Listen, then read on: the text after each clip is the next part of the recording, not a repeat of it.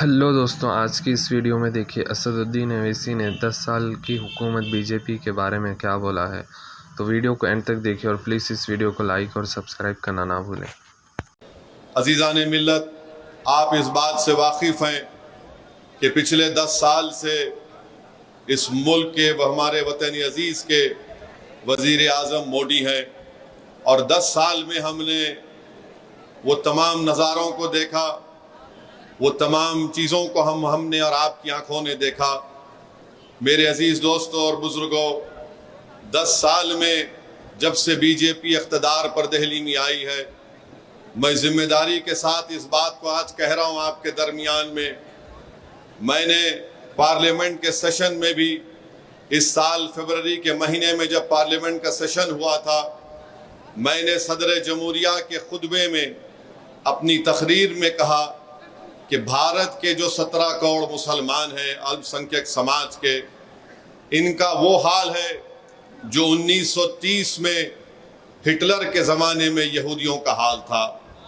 اور جب ہٹلر جرمنی کا حکمران تھا تو اس زمانے میں 1930 میں پہلے یہودیوں کے تعلق سے ان کو بدنام کیا گیا، پھر ہٹلر نے کہا کہ ان کو جرمنی سے محبت نہیں، پھر ہٹلر نے ان کے کپڑوں پر حملے کروائے، ان کے کھانے پینے کے طریقے پر حملے کروائے، پھر اس کے بعد ہٹلر نے ان کے گھروں کو توڑایا، پھر اس کے بعد ہٹلر نے یہودیوں کے خلاف پکچر بنائی، اور ان پکچرز کے ذریعے یہ پیغام دیا گیا کہ جرمنی کے اس وقت کے یہودی جرمنی سے محبت نہیں کرتے۔ اور آخر کار ہم نے دیکھا کہ جرمنی میں کیا ہوا۔ جرمنی میں دنیا نے دیکھا کہ 60 لاکھ سے زیادہ یہودیوں کو ہٹلر نے گیس کے چیمبر میں ڈال دیا۔ ہٹلر کے زمانے میں یہودیوں کے خلاف تقاریر کیے جاتے تھے، ان کے خلاف زہر اگلا دیا جاتا تھا۔ میرے عزیز دوستوں اور بزرگوں، آج 2024 میں ہم ہیں۔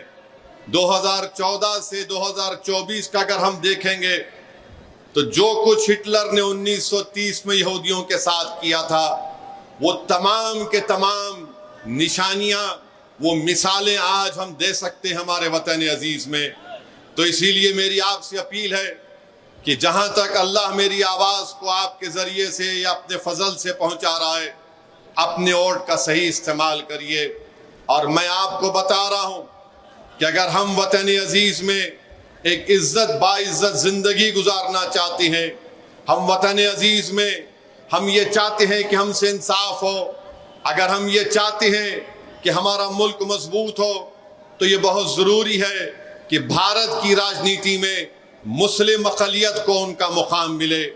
آپ کئی سالوں سے کبھی آپ کے ہمارے بزرگوں نے اتر پردیش میں کانگریس کا ساتھ دیا، پھر لوک دل کا ساتھ دیا، پھر جنتا دل کا ساتھ دیا، بی ایس پی کا ساتھ دیا، سماجوادی کا ساتھ دیا۔ میں آپ سے ایک ہی بات کر کے جا رہا ہوں، کیا آپ اور ہم نے کیا حاصل کیا؟ بتائیے آپ۔ کس نے آ کر ہمارے گھر میں چراغ جلایا؟ کس نے ہمارے نوجوانوں پر ظلم جب ہو رہا تھا ان کی مدد کے لیے آگے آئے؟ کس نے آ کر ہماری بستیوں میں اسکول کھلوائے؟ کس نے ہمارے محلوں میں روڈ اور صفائی کا انتظام کیا؟